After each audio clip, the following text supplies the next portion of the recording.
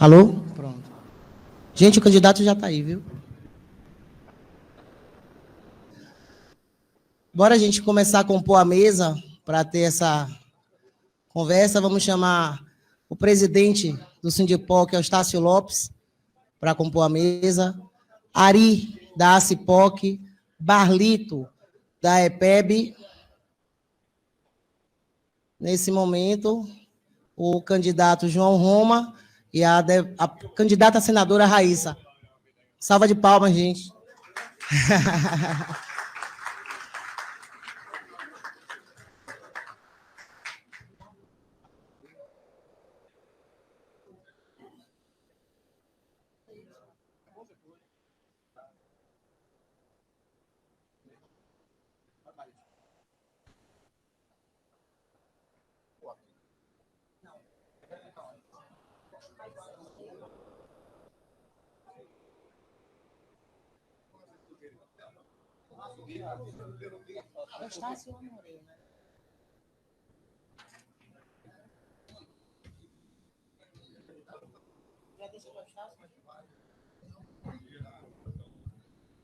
Vamos convidar aqui para compor a mesa o candidato ao governo do Estado, João Roma, a candidata ao Senado, Raíssa. Nós vamos fazer esse bate-papo categoria em 2 blocos. Um bloco aqui do movimento, onde estará aqui João Roma e Raíssa, e o segundo bloco com os nossos colegas João Roma, Raíssa, Léo Magno e Júlio Gifone, que será o segundo bloco. Nós temos aqui a nossa vereadora de Cruz das Almas também, que vem nos... Vê a candidata João Roma. Maria Cedrais, aqui, vereadora, viu, João Roma, lá de Cruz das Almas, esposa do nosso colega Leciano, que é escrivão da Polícia Civil, também veio aqui participar da nossa reunião. Quero registrar a todos aqui que a movimentação da categoria foi grande para participar desse ato, mas, João Roma, hoje a Polícia Civil deflagrou operações em todas as especializadas para esvaziar nosso movimento, que é um movimento democrático, de ouvir o candidato ao governo do Estado, com a pauta específica da categoria. Então, hoje, nós sabemos que nossas operações são 5 horas da manhã, e hoje os policiais foram convocados para aparecer nas unidades às 8h30 da manhã. Então, uma clara retaliação a um movimento democrático, um movimento justo, que é dialogar com todos os candidatos ao governo do Estado. Então, mostra a importância desse evento hoje, a importância e o peso da sua candidatura ao governo do Estado, como também tem incomodado, e eu acho que não deveria a instituição se comportar dessa forma, já que é um direito de todo eleitor e dos policiais civis também apresentarem aos candidatos ao governo do Estado as suas demandas, como nós temos diversas aqui, que não conseguimos sermos atendidos, e a gente hoje vai lhe apresentar aqui perante a categoria e ter o primeiro momento também aberto à categoria que queira fazer pergunta. Só uma pergunta que preciso lhe fazer. O tempo, eu sei que sua agenda é apertada, o tempo que nós temos para fazer esse bate-papo, se é 1 hora, se é 1 hora, tá bom? Pronto. Então, a gente vai dividir aqui o primeiro bloco em meia hora e o segundo bloco. Né? Foi... Só para fazer um esclarecimento, eu cheguei um pouquinho depois, porque disseram para eu aguardar um pouquinho na chegada, porque ainda estava vindo gente. Porque eu estava aqui perto esperando. Viu? Só para não acharem que eu estava me atrasando. Pronto, mas eu quero também dizer que mesmo com essa retaliação, nós estamos transmitindo nas nossas redes sociais, no Facebook, no Instagram e no YouTube. Então, os colegas em toda a Bahia estão acompanhando esse diálogo com o candidato João Roma. Aí eu vou fazer a apresentação aqui da mesa, João, para você conhecer. Então, antes de passar a palavra, vou passar aqui para Ivaldo Alves, que é o presidente da ACIPOC, que é a Associação dos Investigadores do Estado da Bahia, para ele fazer a apresentação dele.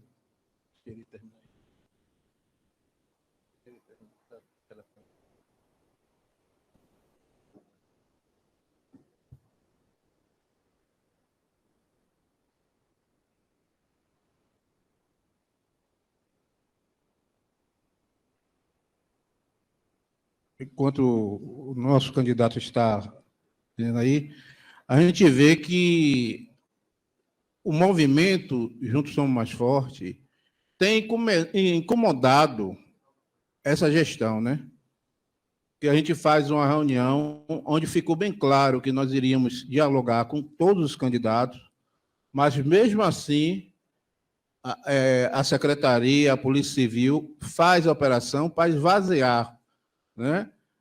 Sob ameaça de punição, quem não participar, na tentativa de esvaziar esse encontro. Mas, candidato, nós já nos encontramos, né, no seu gabinete, não sei se o senhor lembra, o senhor perguntou assim, o que é que vocês querem? Aí um falou uma coisa, o senhor perguntou assim, não, mas o que é que resolve o problema de vocês? E eu disse, o nosso problema resolve com dinheiro. Nós precisamos regulamentar o nosso salário de nível superior, porque hoje nós recebemos R$1.000 e pouco como base. E hoje deveríamos estar recebendo 4.000 e pouco, que no final, com as vantagens, daria 11, 12 mil, não é isso? Então, o nosso problema, o problema da Polícia Civil, é dinheiro, é o pagamento errado que o Estado está nos fazendo. Então, a lei orgânica, ela nos ascendeu ao salário de nível superior. E também aumentou a complexidade do nosso serviço. Eu estava falando com ela aqui que, quando eu entrei na polícia, nós fazíamos ocorrência no livro. Hoje, nós fazemos ocorrência no computador, e agora já avançou que a ocorrência que nós fazemos, ela vai para a justiça, vai para outros órgãos. Então, a complexidade do trabalho policial, até de uma simples ocorrência, nem todo mundo pode fazer. Então, há uma complexidade em todo o trabalho policial. Mas, no entanto, o governo se nega a regulamentar e nos mantém num salário de nível médio. Por exemplo, o perito técnico, que exige para ele o mesmo que exige para nós, que é qualquer nível superior, ele recebe o salário equivalente. Ele recebe 4 vezes o que nós recebemos. Então, não é justo. Nós que vamos para a rua, nós que trocamos tiro, nós que, mesmo aposentado, né? Eu estou aposentado, mas não posso deixar de andar armado, porque eu sou conhecido. Eu não posso pegar um ônibus, entendeu? Então, esse é o nosso problema. Esse é o compromisso que a categoria quer do candidato, de que vai olhar com carinho para essa questão da regulamentação do nosso salário de nível superior. Pessoal, eu vou passar aqui agora para Jefferson Barlito, né, para ele fazer a apresentação dele como representante da EPEB, depois para a Raíssa, e depois a gente passa a falar para João Romo fazer a sua apresentação. Olá, bom dia a todos. Eu sou Jefferson Barlito, escrivão de Polícia Civil. Ora, presidente do Sindicato dos Escrivães de Polícia Civil do Estado da Bahia. E a demanda a ser apresentada ao candidato, ela perpassa a questão salarial. Ela avança muito nas questões humanas. Se falou muito em direitos humanos, mas os direitos humanos policiais, eles sempre são esquecidos. Isso a gente pode ver na mídia e no dia a dia. Mas o que é que acontece? A nossa Polícia Civil, ela está adoecida, assim como muitos dos policiais em todo o Brasil. Passa por problemas sérios de saúde, passa por outros problemas que são os financeiros, que aí vem a questão salarial, que é o endividamento do serviço público e dos policiais civis. É uma condição que o governo do Estado nos coloca. E aí, o que é que o colega tem que fazer? Ele tem que sair do serviço dele para executar uma outra atividade. E isso acaba atrapalhando, não só a ele, mas a família dele, porque muito se fala do serviço que o policial vai prestar, mas nós acabamos pecando em saber que nós deixamos as nossas famílias em casa, sem saber até se podemos ou não retornar. A questão salarial, ela é imprescindível. E está inscrita aí no artigo 26, no artigo 46 da Lei Orgânica, no parágrafo 1º, que é a regulamentação.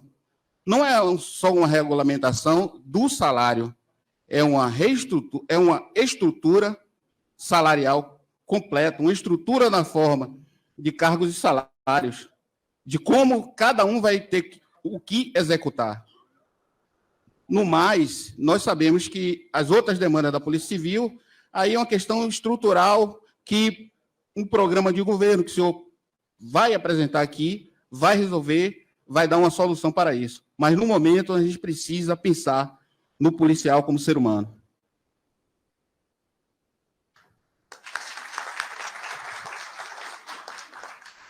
Obrigado aí, Jefferson Barlito, pelas breves palavras. Eu vou aqui passar o telefone para a nossa convidada também, Raíssa, para ela fazer aqui uma saudação à categoria.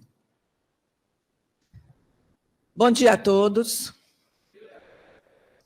Deus abençoe a todos. Sabe o que me impressiona? É a primeira vez que eu sento numa reunião de sindicato dos policiais civis. Eu tenho estado, como eu disse ao Júlio, ali fora, conversando, junto com a Nívia, e o Carvalhal, que a gente estava conversando ali mais cedo, eu tenho estado muito próximo da Polícia Militar. Até por ter conhecido mais profissionais da Polícia Militar. E aí eu estava perguntando, citando os problemas da militar, conversando com os colegas, e falaram, doutor, é a mesma coisa. Ou seja, existe uma desvalorização das pessoas, existe um sucateamento dos serviços prestados, existe uma assistência de saúde que é fictícia, ela não é real, porque eu mesma, como médica de Porto Seguro, atuando num hospital que tinha convênios, policiais militares tinham que pagar a consulta para atender nesse hospital, e eu falei, não, se vocês têm Planserve, ou diretoria do hospital, faz o credenciamento, Roma. Eu falei, olha, por que que o hospital não credencia com a Planserve? Aí acionei a diretoria já me mostrou 3 e-mails mandados para a Planserve para falar, nós somos um hospital privado de Porto Seguro e nós temos interesse em atender a Planserve. E a Planserve falava, não temos interesse em que vocês prestem serviço para nós. Em Porto Seguro não tem hospital, lá tem 2 hospitais privados, nenhum dos 2 hospitais atende Planserve. E vários policiais civis, militares, aposentados, inclusive estão lá, optaram por morar em Porto Seguro pelas questões do ambiente, da terra de Porto Seguro ser um lugar com muitas áreas de descanso. Todo mundo conhece, ou quem não conhece já viu em mídias que tem lugares muito, muito sossegados na região de Porto Seguro para viver. Tem gente que vai lá, compra um sítio, fica ali na beira-praia, ponto. E a pergunta é, por que a Planserve, que é o plano de assistência, não tem interesse em aumentar as unidades de assistência?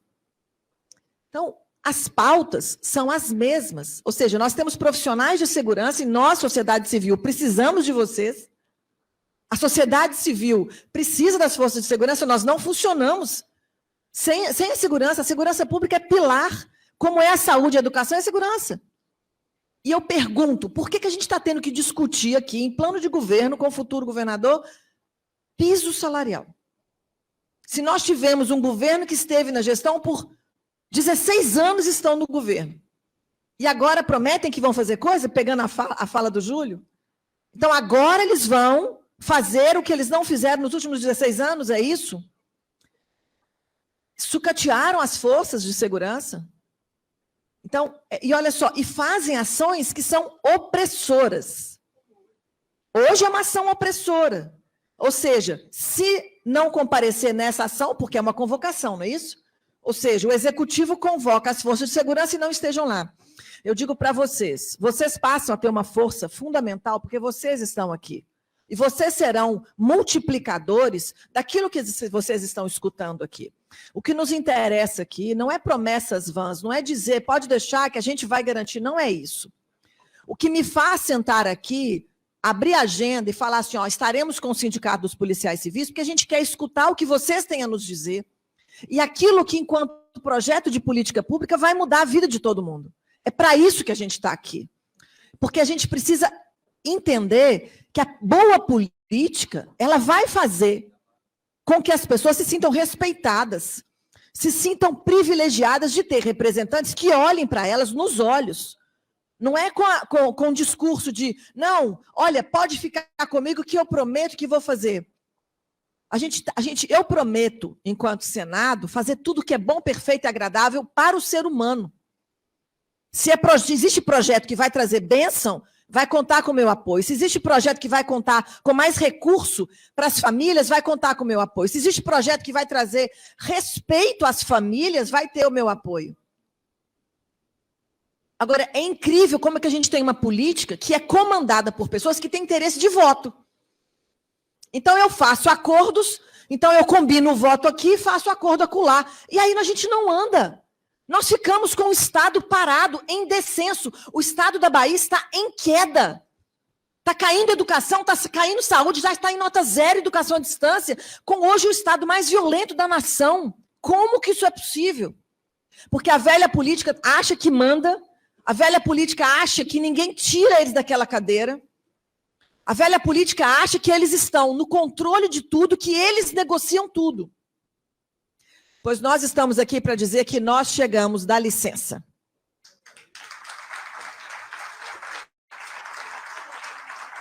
É possível fazer, é possível ter boas intenções, é possível não tá. Eu não estou aqui porque eu quero voto. Eu não estou aqui buscando voto. Eu estou aqui conhecendo a demanda de vocês, por isso que eu queria escutar mais e falar menos, que eu quero saber exatamente aonde que nós temos que entrar, onde que a gente tem que operacionalizar, aonde que a gente tem que fazer para defender a categoria de vocês e vocês se sentirem representados por pessoas que vão realmente lutar pela causa de vocês, como deputado estadual, como deputado federal. Conheci o doutor Júlio como um policial civil, o senhor é um investigador da Polícia Civil, contando e conversando comigo sobre todas as agruras ali no bastidor. Então, vocês precisam, é claro que nós precisamos eleger uma bancada. Nós não precisamos eleger um só, nós não podemos ter o que hoje na Assembleia Legislativa aqui da Alba tem, o capitão Alden, enquanto capitão da Polícia Militar, defendendo quase que sozinho bandeiras. O capitão Alden, às vezes, ele é o único voto a favor do povo e os demais da bancada que estão todos aliançados com a oposição, que na verdade é hoje a atual gestão. Aí fica o voto do Alden contra todos que estão ali junto com o executivo querendo trazer projetos que prejudicam o povo e não agradam, eles não valorizam o povo, não protegem as pessoas. Então esse grupo que está aqui tem o dever, com todo o respeito que eu posso dizer isso para vocês, com a autoridade que vocês são da civil, de influenciar pessoas para o que nós vamos ter pela frente. Porque, gente, é um a um. É cada um de vocês conversando um a um com a família, com o colega de trabalho, com as pessoas com quem vocês encontram, com reuniões, é um a um. Esclareça, as pessoas estão com venda nos olhos. Elas olham essas pesquisas que são apontadas, fulano está em primeiro lugar, ciclano está em segundo lugar. Eu não quero saber quem está em primeiro e quem está em segundo. Eu quero saber que nós temos agora uma corrida contra o tempo. Mas para esclarecer para as pessoas quais as bandeiras e quais são os princípios que nos fazem estar aqui. O que nos faz estar aqui são princípios, são valores. Nós defendemos valores. E é esses valores que nos fazem motivar de estar aqui junto de vocês. Então, não é em compra de voto, não é em compra de parceria, nem em acordo. Você faz isso e eu te dou aquilo. Não é isso. Nós precisamos de governo técnico. Eu já conversei com o nosso futuro governador e ele já me respondeu isso. Hoje tem um plano de governo sendo executado e construído. E nós precisamos de representantes das forças de segurança para estar junto com esse grupo, colocando as principais pautas para que não haja, para que pelo menos as pautas principais estejam ali garantidas, registradas no Tribunal Superior Eleitoral.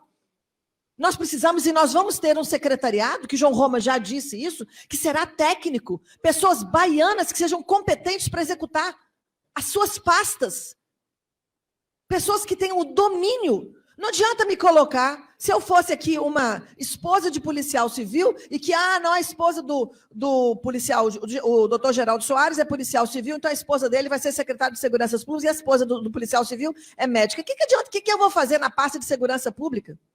Não, nós precisamos colocar um secretário de Segurança Pública que tenha domínio, conhece a história, conhece as pautas, conhece as necessidades, e aí ele vai operacionalizar em curto tempo muito trabalho. João Roma já disse isso, eu tenho dito isso aonde eu vou, Nós temos aqui um governador com competência para executar uma política rápida. Então, muito obrigado pelo convite de estar aqui, Sindicato dos Policiais Civis. Muito obrigado pelo que vocês estão aqui. Olha, eu vou dizer para vocês, eu peço desculpas. A falta de respeito que as forças de segurança pública têm sofrido pela Bahia. Eu hoje, como uma pessoa que foi levantada pelo povo para representar uma cadeira pública, eu tenho vergonha da forma que as forças de segurança pública foram tratadas nos últimos anos neste Estado. Eu tenho vergonha. Eu tenho vergonha. Porque faltou pessoas que realmente tivessem, na fala do colega ali, pelo menos o respeito e a dignidade para cuidar dos profissionais que a sociedade depende. E, olha, eu digo isso para a classe médica, para a classe de saúde, enfermeiros e técnicos, eu disse isso para os nossos professores, e eu digo isso aqui para vocês como Força de Seguranças Públicas. Mas eu volto a dizer, nós chegamos. Deus abençoe a todos. Obrigado, doutora Raíssa. Colegas, vamos abrir aqui a fala agora para João Romo, para ele fazer uma saudação à categoria, e aí a gente fazer uma explicação da realidade da categoria e também abrir a fala para que os colegas possam, né, cumprimentá-lo e fazer as perguntas para João Romo. Apresentação, eu faço uma apresentação. Você vai fazer o quê? Apresentação? Pronto. Pessoal, João Romo pediu aqui, antes de passar a fala para ele, para a gente fazer um raio-x da categoria, né, para situá-lo sobre a nossa realidade. Nós, hoje, a Polícia Civil da Bahia, pela realidade populacional, que temos mais de 17 milhões de habitantes, João, mas nós deveríamos ter, nas fileiras da Polícia Civil, 11 mil policiais civis, entre investigadores, escrivães e delegados, e hoje temos apenas 5.500 policiais civis para 417 municípios. Estamos ausentes hoje em mais de 100 municípios baianos. Nessas cidades, só existem lá servidores da prefeitura fazendo um atendimento precário à população. Para além disso, 85% da categoria hoje, por Raíssa, ela é egressa dos concursos 97, 92, 80, 74, 70 e 74. Então, são policiais, 85% da categoria, que apresentam os requisitos de aposentadoria. Apenas 15% da categoria são dos concursos de 2013 e 2018, que estão iniciando a sua vida laboral na instituição. Então, esse efetivo insuficiente nos traz a realidade das delegacias de bairro não terem... 2018 foi o último concurso, foi um 2013 e um 2018, e esse que aconteceu domingo agora, que foi um verdadeiro fracasso, né? Confusão, troca de provas, uma verdadeira desorganização, que acabou sendo cancelada a prova dos delegados, mas para mim tem que cancelar o concurso, porque houve troca de prova de todos, de investigadores, escrivães e delegados. Então, o nosso raio-x hoje são as delegacias que fazem o controle da mancha criminal dos bairros esvaziadas, não tem policiais para trabalhar, para investigar e elucidar os crimes, e por isso a Bahia, ela lidera no ranking de violência pelo 3º ano consecutivo, que é o estado que mais mata e menos elucida. Então, é um estado de impunidade, esse é o caos da segurança pública que vivemos. Para além disso, os policiais civis têm a realidade em toda a Bahia, o que nós vimos aqui ontem na sexta-feira, na segunda, em Taparica. Nos municípios, a Polícia Civil funciona em parceria com as prefeituras. É quem fornece o papel higiênico, o material de limpeza, a internet, o combustível, na maioria das vezes, a manutenção das viaturas. O custeio da Polícia Civil nos municípios, a gente depende dos municípios, porque se não fossem os municípios cedendo servidores para a limpeza, a gente estaria hoje em total colapso, vivemos um cateamento extremo, mas estaríamos em total colapso. O que nós também temos? Nós temos uma lei orgânica da Polícia Civil, João Roma, que ela de 2009, são 13 anos, ela precisa ser atualizada, ela precisa trazer uma cobrança geral da categoria é que a lei orgânica ela contemple a promoção automática, porque hoje os policiais são vítimas nas suas avaliações, mas precisa atualizar. Hoje, nacionalmente, a Cobrapol, que é a nossa Confederação dos Policiais Civis do Brasil, ela discute a unificação dos cargos da base, que é investigador e escrivães, para uma maior eficiência da Polícia Civil. É uma pauta nacional, está na lei orgânica nacional, e que a gente não conseguiu, nesse governo, dialogar e avançar para melhorar o serviço ao cidadão, já que hoje, tendo essa questão do ter o investigador e o escrivão, você tem várias cidades que tem um escrivão, não tem um investigador. Cidades que tem um investigador e não tem um escrivão. Ou só tem um investigador para... Como o policial vai se expor para fazer uma investigação, prender um marginal, elucidar um crime, ele tem que sair sozinho na viatura, que é a realidade, infelizmente, da maioria dos municípios aqui. E eu vou longe, não. Estivemos na delegacia do Bonfim, e uma delegacia que contempla e atende mais de 100 mil habitantes, só tem 2 investigadores para trabalhar. Como você vai elucidar os crimes desse bairro, dessa região? Não tem como. Pronto. João já se antecipou, que já fez uma pergunta, né? O que a categoria pensa do ciclo completo de polícia? A categoria aqui é defensora da carreira única, é defensora do ciclo completo de polícia, porque é necessário evoluir, e na conversa linguajar policial, felizmente tem bandido para todo mundo, e na Bahia está sobrando bandido porque falta polícia. Então, a categoria defende essa questão da entrada única, do ingresso único, e da carreira única e do ciclo completo também, João. É uma pauta que você ouviu na Polícia Militar, porque por conta da injustiça da progressão funcional, né, e da valorização da base, aqui nós estamos representando aqui a base da Polícia Civil, investigadores, escrivães e peritos técnicos que não têm espaço na gestão, né, não assumem cargo de gestão e não tem a valorização salarial que essa nota técnica nós vamos entregar aqui, que é da Lei 11.370 de 2009, onde lá preconiza que... o frio está demais aqui, né? Preconiza que o ingresso é de nível superior, as atribuições de nível superior, mas o Estado continua pagando um salário de nível fundamental, e em um fosso vergonhoso, da base ganhar quase 5 vezes menos que o gestor. Então, não há o reconhecimento, foi uma pauta que a categoria clamou à atual gestão, e ela ignorou, ela não teve a sensibilidade de entender que segurança pública se faz com valorização do profissional, com reconhecimento do profissional, com investimento. Nós estamos ali com um colega Rickson, é um colega que tem uma formação que se preparou, inclusive, para que a Polícia Civil tivesse seu grupamento aéreo. Hoje não tem, é um clamor que também vai ser explanado aqui na mesa. Jefferson Barlito, João, pediu apenas para acrescentar um ponto aqui antes de passar para você, esse raio-x da instituição.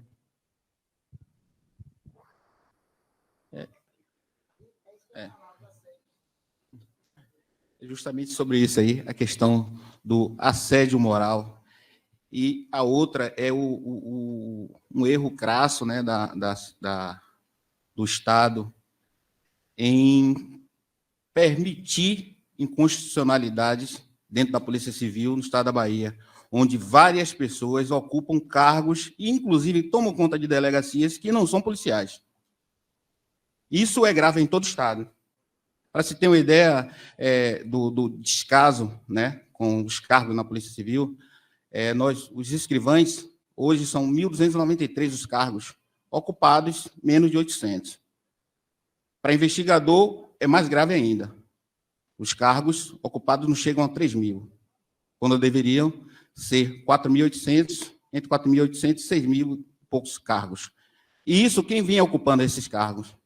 E por que essa inércia do Estado em tomar as atitudes corretas?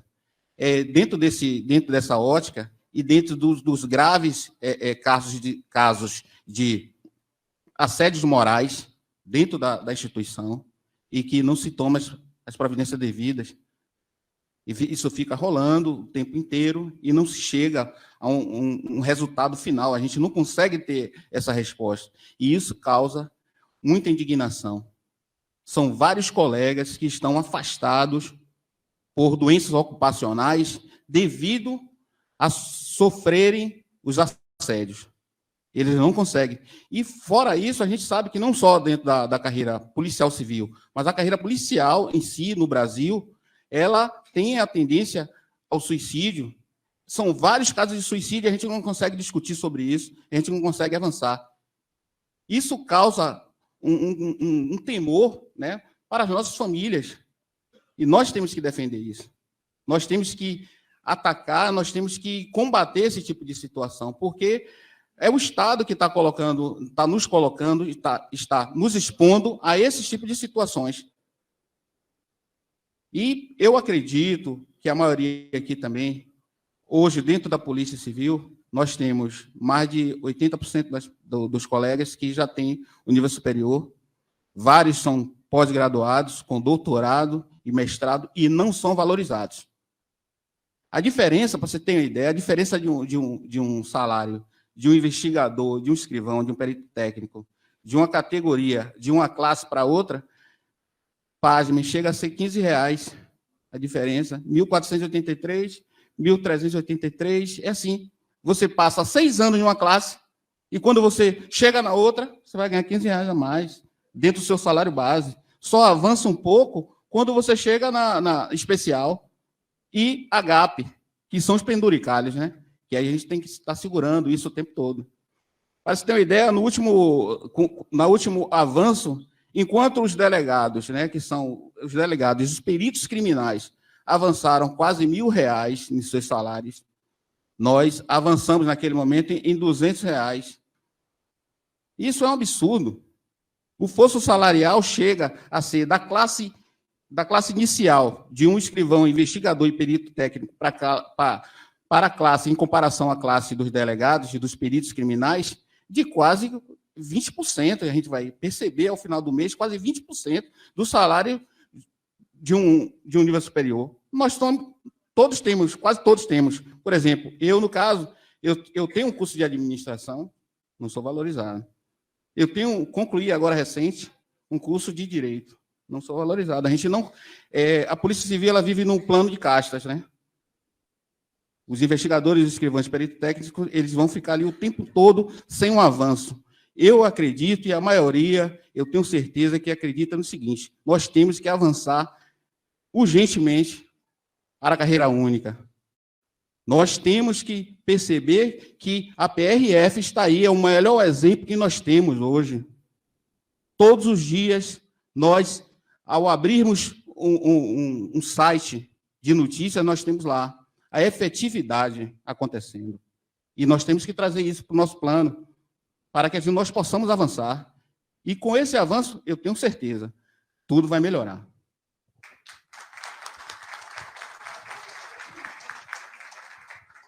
Pessoal, antes de passar para João Roma, ali quer fazer algumas considerações aqui também para a gente passar para João Roma. Quando a gente fica falando só em dinheiro, pô, esse pessoal não tem nenhuma dificuldade, só dinheiro, é porque regulamentando a carreira de nível superior, o salário de nível superior, resolve vários problemas. Por que os policiais, os investigadores, os escrivães, ficam submissos ao assédio moral? Porque o salário dele hoje, quando chega no contra-cheque, é R$200. É R$300. Se não tiver a extra, não dá para sustentar a família. Então, o investigador, o escrivão, ele fica refém do delegado, ele tem que aceitar tudo que o delegado quiser, porque senão o delegado tira ele da extra e a família vai passar fome. Vários policiais hoje não se aposentam por causa da extra. Então, é aquela coisa do Estado, né? Bota a base para morrer de fome, que aí o topo controla. Então, nós hoje somos controlados porque nós não temos o nosso salário digno. Somos refém. Só para ter uma ideia, eu fazia extra no DHPP E um dia uma delegada estava com a camisa de um investigador, que o marido dela é investigador, não sei porquê, ela vestiu. Eu aí questionei, digo, doutora, não pode vestir essa camisa. Isso aí é usurpação de função pública. Ela, eu sou delegada. Exatamente, é delegada, não é investigador. Eu não posso usar uma camisa de um delegado. O delegado também não pode usar a minha. Aí o delegado, que era coordenador, disse, realmente ele está certo, tem que tirar a camisa. Ela tirou a camisa e eu saí da Extra. Não me botaram mais. Mas é assim. Mas é assim, se questionar qualquer coisa, sai da Extra. Então, se nós tivéssemos um salário digno, o senhor acha que uma pessoa que tira um plantão de 24 horas vai sair do plantão para fazer bico? Faz porque não tem jeito, porque senão vai morrer de fome. Então, a regulamentação da nosso salário superior resolve vários problemas, resolve o mau atendimento, porque um policial que trabalha 24 horas e vai tirar bico, às vezes em 2 lugares, e depois tem que voltar para trabalhar, não tem condições. Está estressado, resolve problemas familiares. O índice de policiais com problema de alcoolismo é grande, porque a pressão é muita. O governo ele não nos dá aumento, mas nos dá condições de nos endividar, inclusive violando a lei, porque agora eles criaram um novo meio de empréstimo, que é pelo Crédito Sexta, que acaba de sufocar o servidor. Então, a gente não consegue aumento, mas meio de se endividar mais a gente tem. E aí, qual é a solução? É a Extra. E para ficar na Extra, tem que baixar a cabeça. Então, o nosso problema, e o problema da polícia, não adianta reformar prédio, é humano, como o Jefferson falou. Tem que cuidar da pessoa humana para que a gente possa cuidar de nossa família. Nós precisamos do nosso salário de nível superior. Obrigado, Ari. Vou passar aqui a fala agora para João Ramos. Bom dia a todos, queridas amigas e amigos. Eustácio Lopes, presidente do Sindipoc, Jefferson Marleto, presidente da Associação dos Escrivães, sindicato. Escrever errado aqui. Presidente do Sindicato dos Escrivães. Está vendo aqui? Não.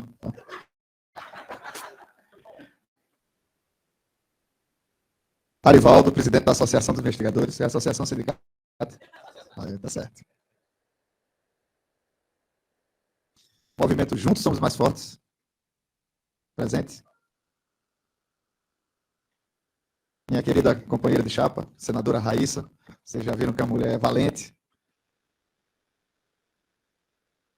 Uma mulher que veio para fazer a diferença e já está deixando muito marmanjo tremendo de medo aqui na Bahia, que já viram que perder a cadeira para ela, que vai ser senadora e nos representar lá em Brasília. E essa aqui, como dizia minha avó, não tem papas na língua, não. Ela larga o doce mesmo e...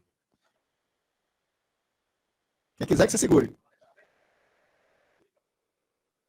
É isso mesmo, pessoal. A coisa começa por aí. A Bahia, pessoal, hoje cedo eu estava dando entrevista. Isso aqui é um estado grandioso, um estado rico. Nós somos o maior do Nordeste. A Bahia tem um território maior do que a França. Tem um povo valoroso que se destaca em tudo que se propõe a fazer. Tudo. De festa, a turismo, a área industrial. Nós mandamos uma equipe de baianos treinar na Alemanha. O pessoal da Continental. E hoje, a empresa alemã diz que a melhor equipe que eles têm no mundo é a equipe da Bahia. Então, o que está dando errado nesse estado? Por que as coisas não acontecem? Há pouco mais de um século, a Bahia só perdia na economia para o Rio de Janeiro. Hoje perde para Rio de Janeiro, São Paulo, Minas Gerais, Rio Grande do Sul, Paraná e Santa Catarina. Pessoal, vá a mãe de Santa Catarina, vê a população de Santa Catarina. Já passou a Bahia na economia. O que é que está errado aqui na Bahia? Porque a gente está ficando para trás. Na minha visão, o que está errado na Bahia é que a gente tem muita potencialidade. Nós chegamos no século XXI. Tem tecnologia de informação e comunicação, que não é só o celular que está na mão da gente. Com 5G, quer dizer que até dezembro, todas as escolas do Brasil vão estar com internet de alta velocidade. Isso muda um ciclo. Quem aqui não viveu ou conhece a história de alguém que, com 12, 13, 14 anos, teve que morar na pensão ou de favor na casa de parente para dar sequência aos seus estudos? Com 5G, as coisas vão mudar e a pessoa não vai precisar perder o vínculo familiar. Porque o pai e a mãe quer estar acompanhando. O adolescente que está lá vai estar mandando para outro canto? Então, isso é uma mudança muito grande.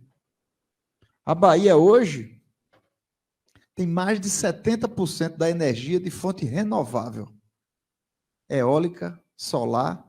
E ontem eu estava aqui, num investimento privado, sobre hidrogênio verde, que é a energia do futuro. Quando eu era menino, meu pai me levou em Paulo Afonso, para eu ver de onde é que vinha a energia do Nordeste. Eu já não vou poder levar meu filho Joãozinho para dizer a mesma coisa. Posso levar ele para visitar. Mas para dizer que a energia do Nordeste vem de lá, não é mais a verdade. Uma Bahia que tem vocação para tudo. São muitas áreas, desde a parte rural, onde a gente vê uma vocação do agro acontecendo, a parte mineral, até a indústria, comércio, serviço, muita coisa que poderia ir à frente, mas não acontece. Porque essa Bahia do século XXI, essa Bahia grandiosa que a gente está enxergando, está amarrada com as práticas políticas do século passado. Que quando a gente ouve a pessoa dizer um negócio desse e falar em castas, isso é coisa bizarra, pessoal. Isso aí é tempo do ronca. Isso não tem mais a ver com o mundo de hoje, que é a coisa ligeira, que você entra num site, escolhe, resolve e acabou a conversa. Você precisa toda hora estar tendo que beijar a mão, está dependendo de A, B ou C. Isso é justamente a antítese do surgimento, inclusive, da burocracia. Porque muita gente diz que a mazela de tudo é a burocracia. E eu falo diferente. Eu digo que a culpa não é da burocracia. A burocracia veio para trazer impessoalidade, método, eficácia, melhorar a administração pública. Foi para isso que se estruturou a burocracia. É, portanto, um avanço da administração, justamente para proteger dessas coisas que a gente está falando no século XXI. No século XXI. Ora, mais de 200 anos depois que se estruturou esses avanços da sociedade. Então, essa Bahia não pode ficar amarrada nessa política velha, pessoal. Que é o quê? Que é o que a gente está vendo. O Brasil despertou 4 anos atrás e colocou Bolsonaro lá para dar uma assanhada nos cabelos. E a gente está vendo as coisas acontecerem. Então, a Bahia tem o quê? Toma lá da cá, empreguismo, troca de favores, perseguição. No século XXI. No século XXI. Ouvir essas histórias do passado, e isso fazer parte do nosso folclore, tudo bem. Mas hoje, pessoal, no século XXI, como é que a gente explica isso para os filhos? Não explica. O cara não entende. Como é que a gente fala quando uma pessoa reclama da violência, de um assalto? Como é que a gente explica para ela que não existe uma estrutura por trás para dar suporte e para dar segurança às pessoas? Ah, eu vou ligar para a polícia. Ô, moça, não ligue não. Porque lá não vai ter nem quem atende o telefone. A delegacia lá está caindo aos pedaços. Só tem muriçoca, mofo, pingueira. É a realidade, minha gente. Não precisa desenhar nem inventar. Vai ali na esquina que você vai ver. Então, aquilo é o retrato o quê? Da improdutividade, da falta de eficácia. Então, isso é o quê? A falência do Estado. Quando o Estado vai à falência, qual é a sociedade que nós temos? Sempre aprendi que o Estado, na sua essência, tem um monopólio. Um monopólio. O monopólio do uso da força. O uso da força é monopólio do Estado. E como é que ele exerce esse monopólio? Através das forças de segurança. Monopólio exclusivo do Estado. Portanto, não pode vir um terceirizado, por exemplo, e querer fazer uso da força, que é atribuição inerente da força policial, monopólio do Estado. Se for diferente, a gente está brincando de quê? De barbárie. E não é isso que nós queremos. Porque quando o Estado se omite, o que é que a gente está dizendo para o cidadão? Faça a justiça com as próprias mãos. Não é isso que nós queremos, pessoal. Isso não é caminho. Isso a gente está vendo o que está acontecendo no Brasil afora. A violência na Bahia passou do limite tolerável. E não é uma questão aqui em Salvador ou num nicho específico, não. A verdade é que a Bahia virou solo fértil para o crime organizado. Tinha coisa que a gente via no jornal ou no noticiário quando tinha uma situação, ou falavam do Rio de Janeiro. Aqui. E hoje, outro dia eu estava indo para a Serrinha, passei por Santa Bárbara, aí me comentaram lá que estava tendo briga de facção. Eu falei, não, peraí, em Santa Bárbara? Peraí, bicho. Guerra de facção? Onde é que chegou? Onde é que chegou? Então, o crime organizado foi vindo aqui para a Bahia, gostou. E cadê a ação? Cadê a repressão da Força Policial do Estado da Bahia? Não é só que está descoordenada, não, está desmantelada. E para piorar, a gente tem um secretário que foi fazendo apologia às drogas. Ora, essa Bahia toda que a gente está falando, com tanta potencialidade, podendo atrair investimento, em vez de estar perdendo para os outros estados, como a gente tem visto, perdeu investimento agora para o Ceará. E fala o Ceará de propósito, que também é governado pelo PT. Mesmo assim, foi lá e venha, pegou investimento, vai gerar emprego para o cearense. O baiano vai ficar chupando o dedo. Aí vem o governador Rui Costa para dizer que o tráfico de droga emprega muita gente. Por favor, alguém avisa ele que o nome disso não é emprego. O nome disso é descaminho. E vai ser pai e mãe chorando logo ali na esquina. Vocês conhecem essa realidade melhor do que ninguém, minha gente. A vida aí está fácil, por acaso? A coisa esculhambou. Você anda em rua, vê gente com arma. Vê traficante com coldre, andando. Normal. Andando pela comunidade. Um amigo meu, policial, estava dizendo, doutor, está difícil.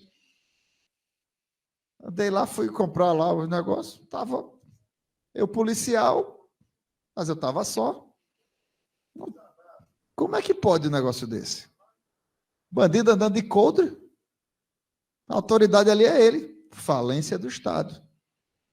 Então, onde é que a gente vai parar desse jeito? Qual é a sociedade? Já que ninguém vive da porta para dentro. Mesmo o cara que estiver ganhando bom dinheiro e puder estar morando num condomínio, ninguém vive do muro para dentro. A gente vive na sociedade. E aí o cara constrói patrimônio, daqui a pouco a filha vai ali na esquina, já era. Porque é essa sociedade. A mãe vai levar um filho na escola, morre na esquina por causa da porcaria de um celular. Mas não é por acaso. É porque o cara está ali pendurado no tráfico de droga, o cara vai, se vira, manda buscar. E o crime é direcionado. E as coisas vão encruando no estado da Bahia. Não tem integração, não tem coordenação. Quando se fala que é em parceria com as prefeituras, uma coisa é parceria, que é salutar, tem que ter com prefeitura, com OAB, com o que for. Outra coisa é dependência. E do jeito que está, a pessoa fica na mão dos outros. Então, o cara que está lá, dependendo do outro, vai obedecer a quem? Cadê a autonomia do seu processo investigatório? Você está comendo na mão dele E qual é a cena que você mais vê hoje que repercute no estado da Bahia? Policial empurrando viatura. E depois chegando, pelo amor de Deus, me arrume um combustível, doutor. Meu Deus do céu, essa é a posição mesmo? Não é essa a posição que nós queremos. Os dramas que a gente vive aqui são dramas comuns às forças policiais. Da mesma forma, na Polícia Militar, o cara passa 14 anos aqui na Bahia como soldado. Tem direito a ser cabo? Não. Não é garantido nada. Tem que lamber muita bota para conseguir alguma boquinha. Como é que o cara vai exercer sua função? Quantos aqui não tiveram que sair de suas casas para estar morando de aluguel porque o crime organizado chegou e teve que defender a família, teve que sair de lá e ficar numa situação mais vulnerável ainda? Porque se já está endividado, aí piora. Aí como é que é isso? A gente vai ficar indo para trás, indo para trás, indo para trás, e o crime avançando, avançando, avançando? Esse é o retrato da Bahia. E mais, até então você não vê um governo no estado da Bahia que dê respaldo às forças policiais. Por quê? Por falta de postura. Porque não é questão de gestão. Você vê na área da educação mesmo. Falta dinheiro na área da educação da Bahia. Agora, só numa paulada, o governador Rui Costa abriu escola aí, só tem obra acontecendo nos municípios, mas gasta mal. É o pior ensino do Brasil. Então, não é questão de recurso.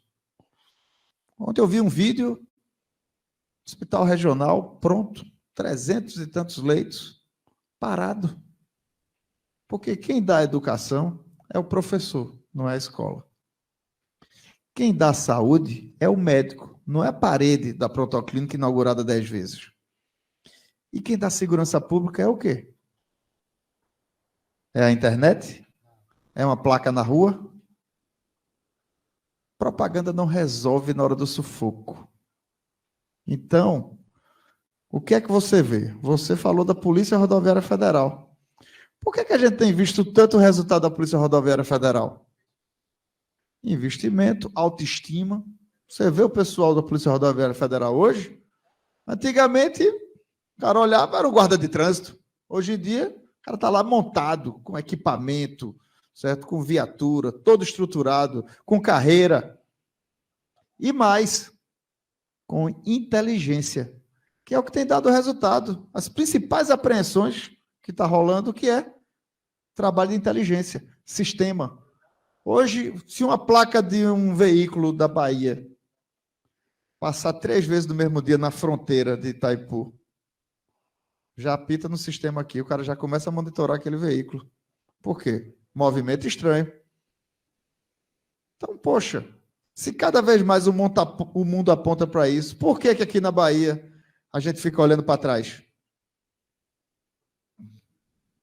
Então, isso não vai funcionar, isso não vai resolver o problema de segurança pública na Bahia. Portanto, a questão, eu tenho dito que é muito além da gestão. Na gestão, o exemplo está aí.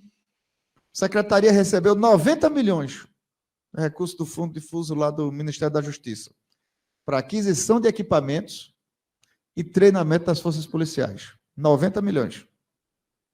Mais de 3 anos e meio agora já passaram. Quanto executou? Menos de 20%. Qual é a dificuldade de comprar equipamento e fazer treinamento? Qual é a dificuldade? Não conseguiu gastar. Já podia ter recebido outra parcela do financiamento. Porque, repito, recurso não é o principal. Você toda hora tem as condições, toda hora você vê fontes para isso. Até empréstimo internacional para essa finalidade tem. Porque isso é um quesito estratégico mundial, questão da integração de força de segurança, levantamento, né, de integração, tudo isso.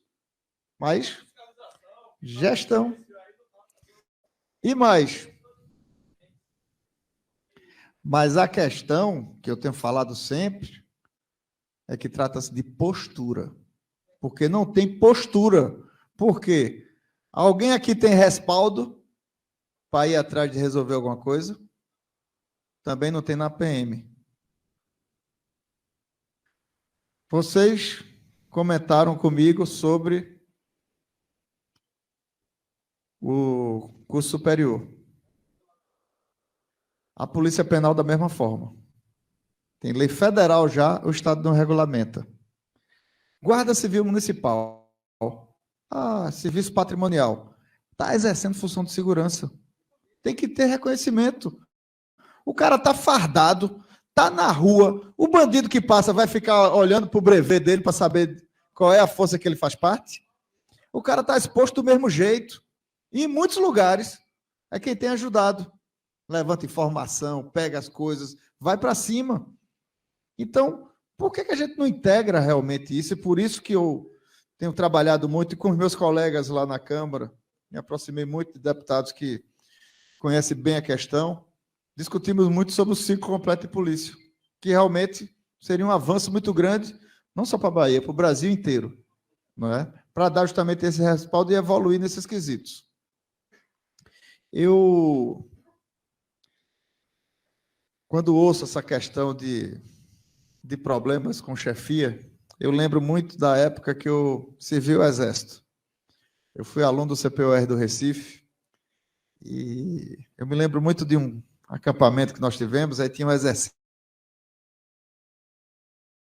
lá de artilharia, né, um obuseiro de 105 milímetros, tinha cálculo na prancheta, tinha que organizar, tinha lá o exercício de tiro, o tiro ocorria, você tinha que olhar de binóculo para ver onde é que ia bater lá a explosão da ogiva, tiro com 17 quilômetros de distância, 22 quilômetros de distância, né, juntar as peças todas.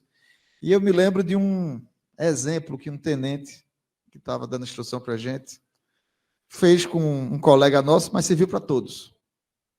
Que estava lá todo mundo aluno, já quase virando aspirante, e já no ano seguinte já ia passar um mês ganhando soldo de oficial, né, já numa unidade militar. Eu fui para o 7º GAC em Olinda, por exemplo.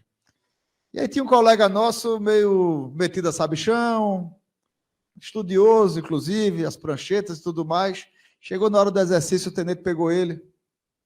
Faça tal movimento com a peça. E o camarada saiu se atrapalhando, porque tem que ter uma prática naquilo ali. E daqui a pouco o cara amarelou no meio do exercício. Não sabia, colou as placas, como se diz, né? E não sabia para onde ir. Aí o tenente disse, senta ali. Soldado fulano. Execute a operação. O soldado foi lá, trac, peça pronta. E o cara ficou lá com cara de besta. Aí o tenente mandou voltar o soldado, reuniu todo mundo. Tome isso como exemplo. A palavra convence, mas só o exemplo arrasta. Não fique botando banca. Não fique botando banca, porque a vida real é diferente. E não é pisando na cabeça de ninguém. Não é querendo estar humilhando as pessoas que você vai conseguir avançar, nem progredir, e muito menos ter eficácia na sua atividade. Então, para você poder estar liderando, você domine a sua operação e respeite a sua equipe. Aí serviu de exemplo para todo mundo. E isso serve para tudo na vida, minha gente. Da polícia aos outros. Porque não adianta você ficar, muitas vezes, eu me lembro, até um pessoal da Polícia Federal, inclusive, que me procurou, reclamando que numa unidade militar, estava lá, poxa, doutor, o negócio está tão complicado lá, que a instalação já não é boa. Aí o banheiro melhorzinho que tinha, o camarada vai lá, mete a placa. Banheiro de delegado. Eu falei, por acaso o cara faz diferente? Então, essas coisas, não pode mais estar rolando. Porque, naturalmente, você tem a estrutura hierárquica, que é importante a gente manter, tem o processo de liderança, você tem que ter a chefia, o comando, tudo certinho, mas não dá para a gente estar utilizando isso como se a gente estivesse no século XIX. E é essa prática que a gente vê que não vai fazer as coisas evoluírem. Então, ou o pessoal desperta e muda a postura e dá respaldo à força policial, ou como é que a gente vai avançar aí, andar grandão, contando história para os parentes, se o camarada está ali respondendo processo disciplinar, está ali dependendo de uma estrutura que não funciona, certo? Você vai perdendo a vontade de exercer uma atividade que muitos estão lá por vocação, por espírito público. Porque às vezes tem muitos caminhos, mas o cara vai ali movido por um sonho e de repente começa a virar o quê? Uma grande decepção, uma grande cicatriz no coração da pessoa.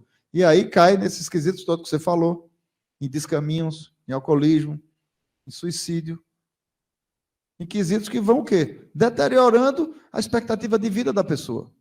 Vai caindo por terra o quê? O que ele projetou para a vida dele. Então ele não está mais sendo aquilo que ele queria, não está mais tendo uma das principais recompensas do serviço público, que é o reconhecimento. Não está tendo. Só paulada na cabeça. Cada vez está diminuindo o cara. Então ele não consegue estar avançando nisso. Todos sabem que eu era muito ligado aos meus avós. E o meu avô, que inclusive eu carrego o nome, eu sou João Roma Neto. O meu avô foi deputado federal várias vezes, foi secretário de Justiça e foi secretário de Segurança Pública. E ele era delegado de polícia. Mas só que ele começou como, chamava na época, acho que era araque de polícia, depois foi estagiário, começou a trabalhar com os 15 anos numa delegacia. E era um cara muito respeitado. Tanto que lá em Pernambuco tinha o comando da Secretaria de Segurança Pública, era chamado a Sorbonne da Rua da Aurora. E a coisa funcionava.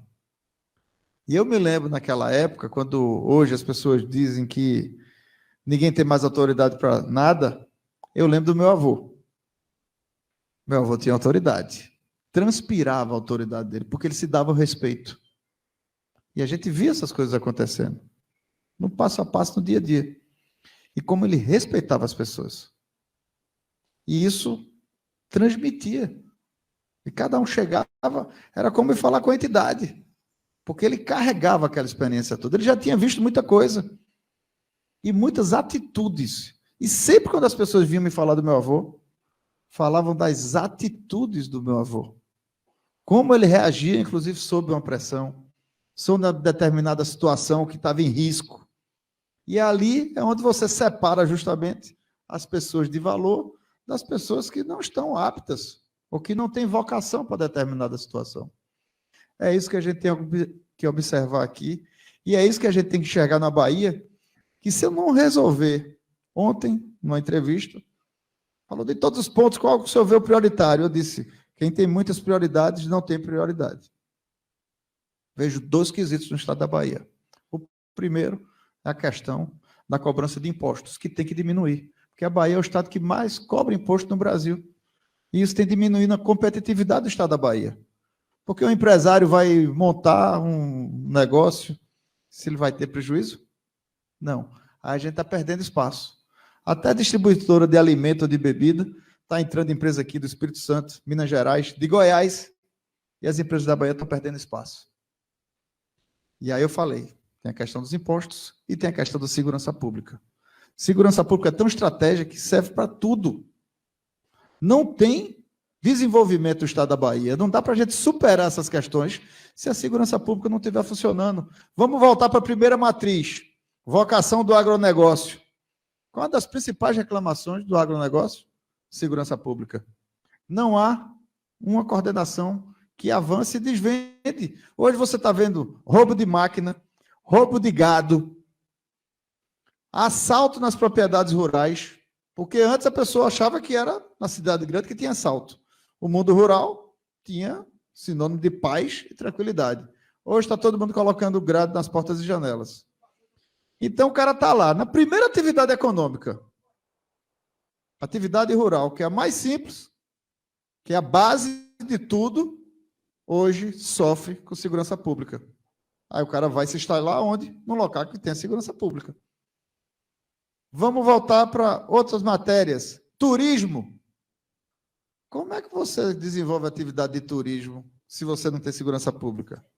Como é que você quer pegar um destino desse que a gente tem para velejadores, por exemplo, que se vê um velejador aqui, morre?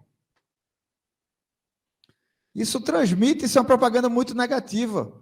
Como é que o pessoal de bares e restaurantes, que depois de ter enfrentado a pandemia como essa, com muito sacrifício, vai lá, abre o estabelecimento, já tomou prejuízo de toda sorte, abre, passa um arrastão. Tem propaganda pior, pessoal? Está todo mundo sofrendo porque as pessoas não estão indo mais. O cara manda pedir no iFood, nisso, naquilo outro, e fica na sua casa, por questão de segurança. Ou você vai para um bar, para toda hora está tendo que trocar de celular. Passa o cara, arrasta tudo. Passa arma de todo lado. E aí me veio o governador Rui Costa para dizer que a culpa é de Bolsonaro. Ô, bichinho, para ganhar a culpa de tudo, rapaz. O presidente quer atacar todos os dias. E aí o Costa diz, não, a culpa é de Bolsonaro, porque aumentou muito o número de armas de fogo.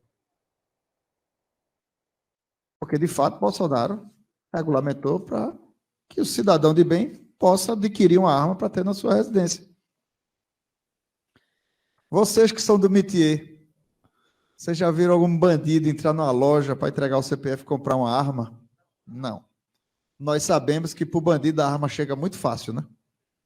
Outro dia me disseram que tem até aluguel. O cara vai lá, ó, vou fazer um serviço ali, como é o aluguel aqui dos equipamentos. Então, por acaso, é essa o âmago da questão? Não é. O nome disso é transferência de responsabilidade. Dizem que é o pior pecado da humanidade. Na verdade, o governador não chama para si a responsabilidade de fazer acontecer. E a Bahia, mais uma vez, vai ficando para trás. Porque quando tem assalto em banco em Minas Gerais ou em São Paulo, a gente viu o resultado. Terminou com a repressão fortíssima. Ninguém foi ali para brincar. Na Bahia, o idoso tem que contratar uma van para rodar 50 quilômetros para buscar seu benefício, porque não tem agência de banco na sua cidade, nem vai abrir, porque o banco não quer abrir para explodir toda hora. Aí o que é a Bahia é hoje? Novo cangaço. Aí a gente está vivendo hoje pior do que na época de Lampião. No século XXI, a gente está usando a expressão novo cangaço. Bem-vindo à Bahia. Não é isso que a gente pode deixar acontecer aqui no Estado. A gente tem que dar uma mudança brusca nisso, dar um freio de arrumação, e para isso, o único caminho é fortalecer e estruturar as forças policiais. Porque não vai ser com outro ramo de atividade que a gente vai resolver a questão de segurança pública. Tem que buscar a parte comunitária, tem que buscar orientar, tem que poder avançar com o desenvolvimento, educação, mas no fim da linha, meu amigo, se não tiver lá a mão forte do Estado, a coisa desanda, porque a gente sabe muito bem qual é a realidade. Então não dá, em ações que precisa atuar, não dá para alisar. Então acho que essas são as premissas básicas que a gente vê nisso. Todas as questões de reestruturação, não dá para você fortalecer se o cara não está conseguindo sair de casa. Não dá para fazer isso. Mas as coisas não são tão simples. Agora mesmo, vocês sabem que eu, como ministro de Bolsonaro, fiquei acompanhando muito ele em muitas questões. Outras, inclusive, que do meu ministério. E o presidente estava interessado em fazer a reestruturação da Polícia Rodoviária Federal. Separou o orçamento, organizou, fez o estudo, realmente há uma discrepância, que vocês olham, já está achando bom, né? Como é que está a situação da PRF. Mas quando eles estão lá, em comparação com outras forças federais, como a Polícia Federal, por exemplo, ou com outras categorias, como um agente aduaneiro, que nem está tão exposto, então eles dizem, a gente aqui está bastante defasado. E está mesmo.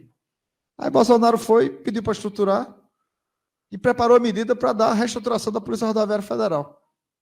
O que é que aconteceu? O pessoal da Polícia Federal veio para boicotar. Disse, se não dá, porque a gente está sem aumento aí há tanto tempo, e aí a gente vai cruzar os braços e vai parar. Aí o pessoal do Ministério da Agricultura também disse que ia parar. Aí o pessoal do Banco Central também disse que ia parar. E aí como é que você explica que o assunto é diferente? Porque uma coisa é um aumento salarial do servidor. E aí o Estado tem que ver suas contas e tal, tem ano que dá, tem ano que não dá, reajusta 0,5%, tanto da inflação, isso, aquilo outro. Outra coisa é tratar pontualmente discrepâncias que estão havendo em cada categoria. Então aí começa a ter o quê? Um jogo político danado e que dificulta esses avanços. E por isso que é fundamental que cada categoria esteja assim organizada, que tenha seus representantes, que tenha seus porta-vozes, que tenha como atuar na sociedade enquanto pressão, para poder falar, para poder ter um lugar. Porque senão vai ficando para trás mesmo. Essa é a realidade do Brasil. Então, com tudo isso, imagina, com o dirigente querendo, com orçamento estabelecido para aquela finalidade, mesmo assim teve dificuldade, só vai poder fazer agora na Pelô do próximo ano, junto com a reconfiguração de todas as outras categorias, porque senão dava problema de toda a ordem dentro do governo federal. Tudo isso a gente tem que perceber que, para implantar todos os avanços, a gente precisa estruturar para fazer de maneira adequada e poder fazer esses avanços. Eu não só admiro, como eu reconheço a importância, tenho ambiência e sei o dia a dia e a dificuldade que é na rua. Tem gente aí que não sabe. Tem gente aí que, inclusive, não dá o menor valor. E que a gente sabe muito bem como é que vai tratar. E o que é que eu me proponho a fazer? É realmente dar uma reestruturada nas forças de segurança do Estado da Bahia. Porque eu quero ter orgulho da Bahia, minha gente. Não adianta chegar para estar sentando e ficar remando para trás. Geralmente, quando o cara senta na cadeirinha do governo, o cara já vira logo fiscalista e quer arrecadar mais. Não é mais o caminho. Arrecadam, diminuindo os impostos. Você termina, inclusive, arrecadando mais, porque você faz circular a economia. Só com o Auxílio Brasil, nós estamos injetando na Bahia mais de 10 bilhões de reais. Isso vem por onde? A economia lá de baixo. Esse dinheiro ativa a economia. Falaram que o São João foi um sucesso porque as pessoas estavam com saudade de festa. Não, minha gente. O pessoal estava com dinheirinho no bolso. Aí tem festa. Porque sem dinheiro não tem festa. Então, todas essas coisas a gente precisa ativar. Mas precisa ter a liderança e a compreensão disso. Para que tudo isso aconteça, a gente precisa de uma segurança pública que se preze. Então, não é conceder, não é apenas reconhecer uma caminhada. É porque ou você arruma esse tabuleiro, ou você não vai ter outras perspectivas. Outras ações vão ser decorrentes de. Porque até na saúde pública, até na educação, hoje, o item número 1 é a segurança pública. Na questão de concursos, lá em Brasília eu tive reunião, inclusive, com o advogado-geral da União, o Bruno Bianco, porque o Tribunal de Contas veio com uma medida e que eu achei equivocada. E aí eu queria compartilhar com todos vocês. Desde a época que eu estava trabalhando na prefeitura, eu sempre defendia o quê? Concursos anuais. Por quê? Porque isso fortalece as instituições. Isso gera cultura na instituição. Isso traz os melhores quadros, os melhores talentos. Se você sabe que tem concurso anual. Porque senão você fica fazendo o quê? Você está ali estudando e você vai fazer o que aparecer. Porque você quer mesmo é um vínculo. Você quer mesmo uma oportunidade. Mas se você souber que todo ano tem tal concurso e você tem vocação para aquilo ali, aí você se dedica e não, vou nesse aqui. Se não foi nesse ano, tenta para o próximo ano, mas sua vocação é aquela, você vai querer aquela oportunidade. Então, para todas as categorias, médico, hoje, do mesmo jeito que está diminuindo a quantidade de policiais, está diminuindo a quantidade de médicos contratados pelo Estado. Todo mundo obrigado a emitir nota fiscal, o médico passa 4 meses sem receber, o cara quer ir até para o interior, porque a família dele é do interior, mas o Estado cruza os braços e diz, se quiser ir, se vire. Não dá nem a garantia do salário para o cara ir para o interior desenvolver sua atividade. E aí concentra tudo em Salvador. Dos 417 municípios da Bahia, os caras precisam fazer um tratamento de câncer, precisar tomar uma quimioterapia, Salvador. Transporte, despesa, constrangimento, porque as coisas mudaram. Quando minha avó teve câncer, era um tipo de tratamento. Eu me lembro levando ela lá para tomar uma quimioterapia. Ela passava 3 dias acabada. Já meu pai, quando passou por a mesma situação, ele ia dirigindo o carro dele, tomava lá a quimioterapia dele, voltava dirigindo para casa e nem os cabelos caíram, porque já está no medicamento específico. Então, Então, precisa você pegar tudo isso e puxar tudo para Salvador, realmente, para dar um constrangimento para a pessoa. São doenças que hoje, cada vez mais, vão fazendo parte do dia a dia e você vai ter que lidar com aquela questão. E o Estado fica cada vez mais dificultando a vida do cidadão. Vai num saque. Coisa simples, né? Eu estava preferindo voltar para o tempo, lá quando eu fui tirar minha carteira de identidade. Que eu fui na delegacia e tirei minha carteira de identidade. Hoje em dia eu fui renovar minha carteira de motorista. Vai não. Tomou a terceira dose? Tem isso, tem aquilo. Meu amigo, foi tanta pergunta que não estava ali para resolver o problema do cidadão, estava ali para dificultar o cidadão. Não é serviço de atendimento ao cidadão. É serviço para atrapalhar o cidadão. Só pode, porque não está chegando a solução. Então, dentro dessa questão, nós temos que observar que precisamos, portanto, avançar de forma cadenciada e estruturar, por quê? Quando você tem um concurso anual, vamos lá, digamos que você precise de 500 vagas de reposição. É que você não possa colocar 500 vagas naquele ano, você realiza todo ano o concurso. Vamos fazer 200 vagas por ano. Porque a instituição já se planeja. O cara que passar para escrivão, o escrivão veterano já vai querer dizer, rapaz, eu quero ser instrutor. Porque já vai ter toda uma cadência disso.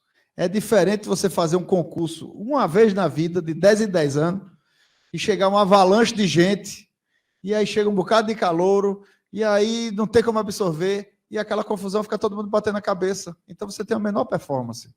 Se você faz isso estruturado, olha, fulano foi da turma de 91, fulaninho foi da turma de 2004, fulano é da turma de 2019, esse aqui é da turma de 2023, ele é da turma de 2024, você já sabe. Então, a instituição vai amadurecendo e vai tendo ganho institucional também, porque isso vai melhorando, inclusive, a performance de quem está chegando. São detalhes que fazem toda a diferença para que a gente possa resgatar a autoestima de uma força policial que está andando cabisbaixa. E quem nasceu para ser leão não pode ser tratado como cordeiro.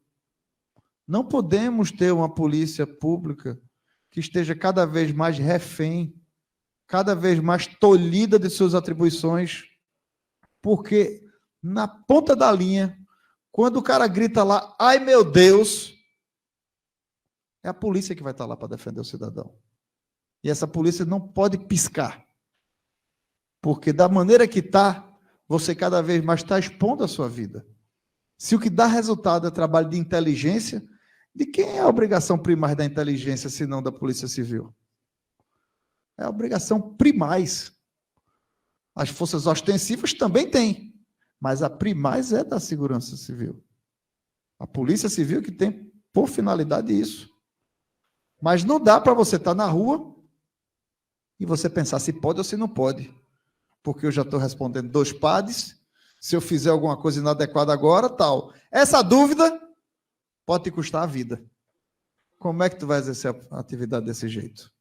Então, acho que são clarezas que nós temos que ter, e o Brasil, durante muito tempo, foi ficando refém do politicamente correto, de uma conversa muito bonitinha, mas que no final não resolve a vida de ninguém. Bolsonaro, muita gente critica, diz, esse presidente fala assim, não sei o que lá. Só que tem muita gente que não gosta do que ele fala. Mas tem muita gente que olha para ele e diz que ele falou o que eu queria dizer e que eu não tenho coragem para dizer. Esse cara é doido. Mas o Brasil estava precisando de um freio de arrumação. Porque a coisa estava muito desmantelada. E a gente está vendo o Brasil avançando. Mesmo com essa confusão toda. Que veio a crise do PT, depois veio a pandemia, veio guerra na Ucrânia, países ricos como Inglaterra, França, Alemanha, Estados Unidos com a maior inflação dos últimos 40 anos, e o Brasil agora em agosto vai ter deflação. Porque é diferente de Dilma, que acabou com a Petrobras. A gente conseguiu uma solução que diminui o preço sem se meter em lambança na Petrobras. Então a empresa está com cotação em alta e o combustível está caindo. Agora, é dose. Bolsonaro, 0 imposto do gás, 0 imposto do diesel. Coloca a medida que diz para os governadores, diminua os impostos que eu compenso. Aí vem Rui Costa, entra com ação na justiça para evitar que diminua os impostos, porque ele tinha arrecadado a mais 2 bilhões de reais em cima do sacrifício do povo baiano.